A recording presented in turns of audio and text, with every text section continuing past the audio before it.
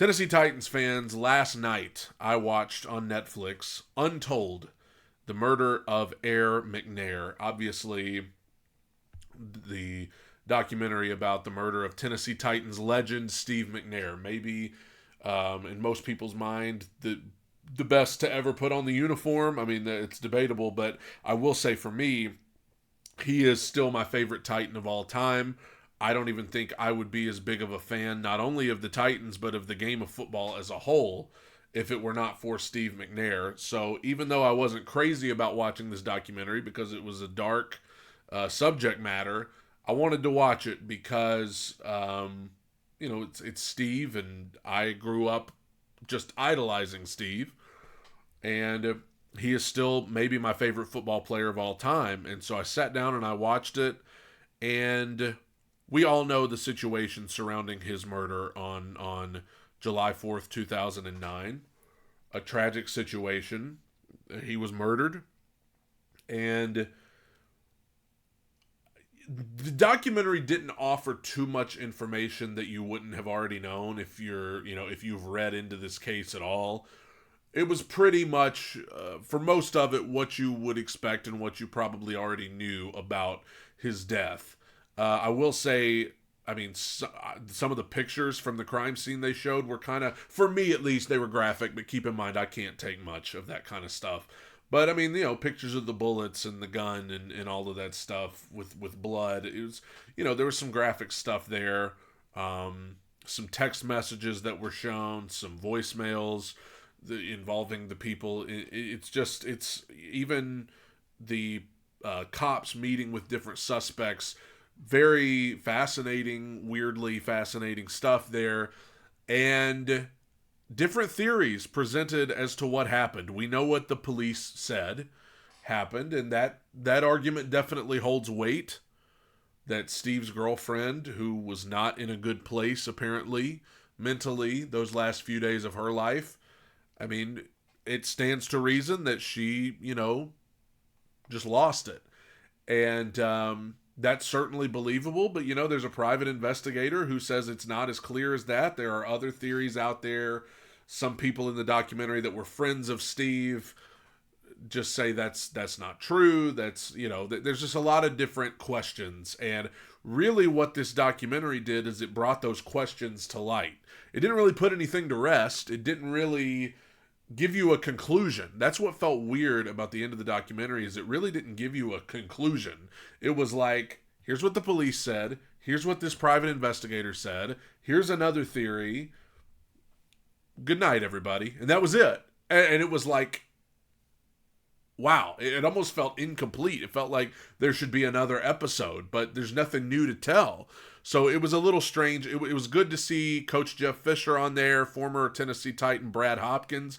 I was a little surprised not to see anybody else associated with the Titans. Eddie George and the closeness that he had with Steve, it was surprising not to see him on there.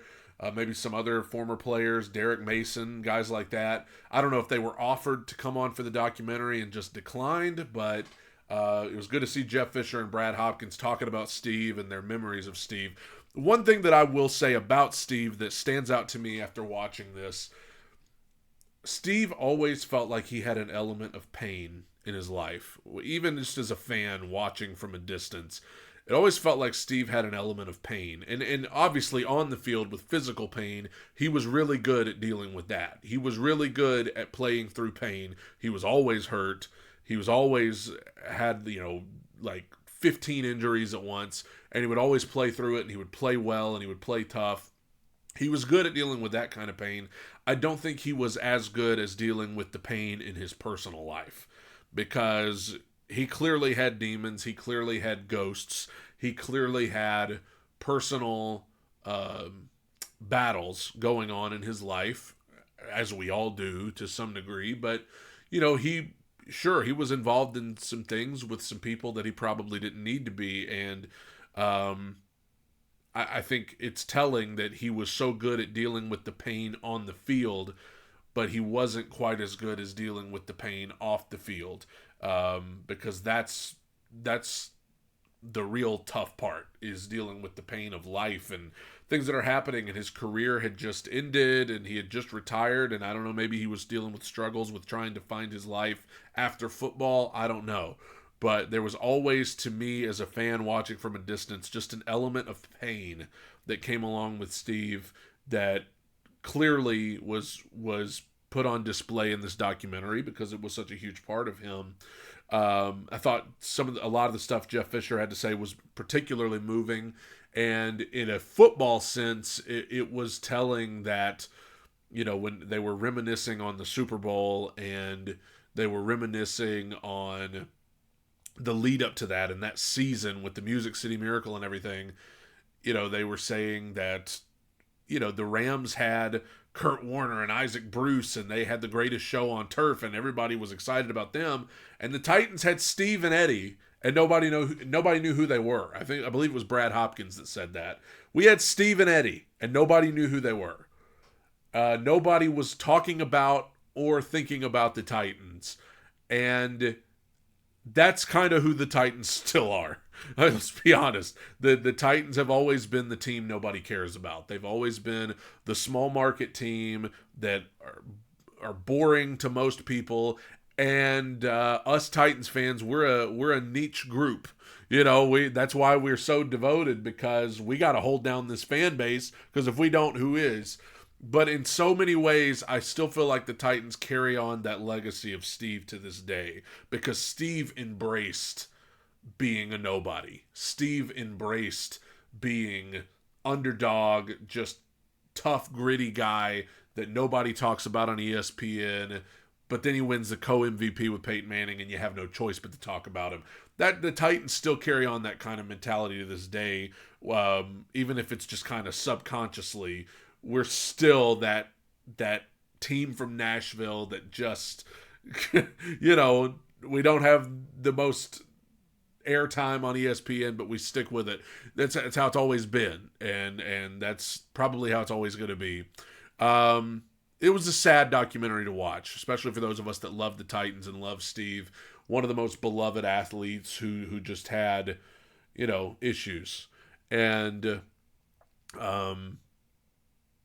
he was murdered. No matter who you think did it, he was murdered. And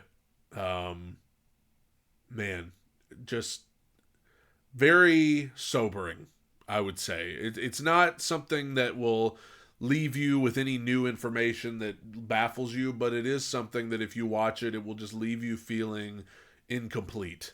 It will leave you feeling like you want answers that aren't there. And if the answers that the police gave are correct, that's not satisfying either, because it just seems wrong that his life came to an end like that. But I'm glad to see that maybe some people that didn't know about Steve from a younger generation will now know about him and what kind of player he was. And I also think the most important thing said, and I don't remember who said it, maybe it was Jeff Fisher, Steve should not be remembered for the mistakes that he might have made later on, toward the end of his life or whatever. Steve should be remembered as what he was, which was a good dude who loved the game of football, loved his kids.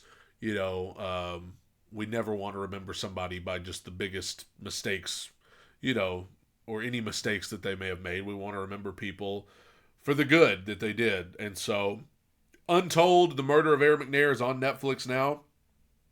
And it is fascinating to hear from Jeff Fisher and Brad Hopkins and things like that. But go check it out on Netflix, and long live Aaron McNair.